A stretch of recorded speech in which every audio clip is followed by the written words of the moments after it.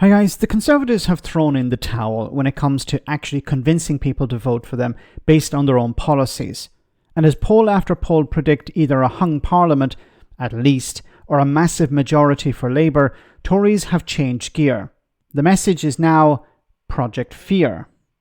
So Andrew Griffith, the Science Minister, was on GB News telling the public that they now need to save because a Labour government is going to cost them and their families.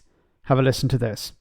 Look, let's take it in its own terms. I mean, what would this mean? This would mean Keir Starmer having a catastrophically large majority, free ability to implement whatever policies Labour wish, the ones that haven't yet been flushed out, but day by day we discover that they're refusing to rule out a pension tax raid that we saw of Gordon Brown.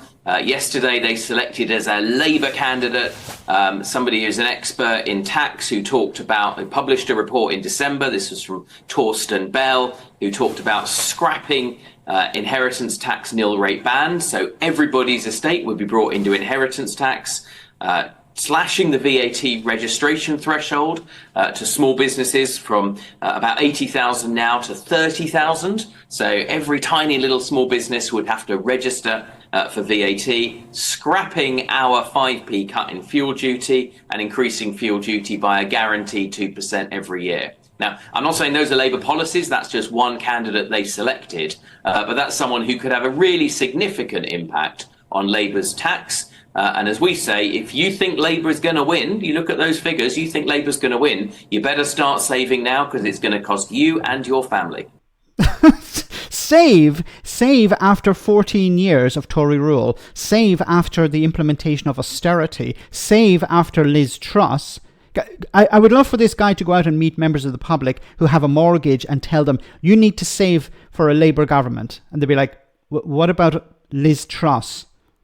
What about that? No, you have to save up for a Labour government. Okay. Isn't it interesting that when the rhetoric is, well, if Labour win a majority, it will be catastrophic. But when Boris Johnson won a majority in 2019, 80-seat majority, this was the will of the people. This was members of the public sending a message to Westminster, get Brexit done. Get Brexit done so we can go back to building 40 new hospitals and stuff like that. They had an 80-seat majority. Did they implement policies to help ordinary people? Of course not. So you can't turn around now and say you need to save for a Labour government. Save. Isn't that amazing? Okay. So when a majority, if it's a Labour majority, it's bad. If it's a Conservative majority, it's wonderful. It's interesting also how over the last number of months, Rishi Sunak and his ministers and the Tory MPs have constantly been banging on about how, well, Labour don't have a plan. Now he's saying, well, they do have a plan and it's a terrible plan. So which is it?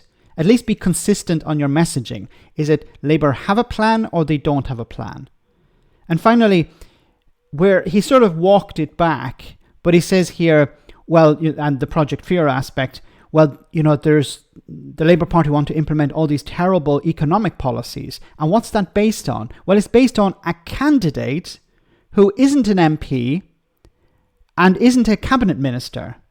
Maybe he will be an MP, maybe he will be a cabinet minister, but you can't base your Project Fear on that. That would be like saying, there's a candidate for the Labour Party who wants Britain to rejoin the European Union. They're a candidate at the moment. So that means that Keir Starmer is going to, as soon as he gets into government, is going to start implementing some sort of rejoining the European Union policy. Based on what? Based on a candidate who hasn't won a seat yet, and we don't know whether this person will be a cabinet minister or not. Like, the candidate that he's talking about will not be the treasurer, the chancellor of the exchequer. Could be a treasury minister, but will not be the chancellor. The chancellor will be Rachel Reeves, unless something dramatic happens. So your Project Fear is based on what? It's based on a report put out that I think has been misrepresented. Anyway, a report put out by a candidate for the Labour Party. It's just Project Fear once again. But back to the main point, you need to save for a Labour government. Save what, Andrew?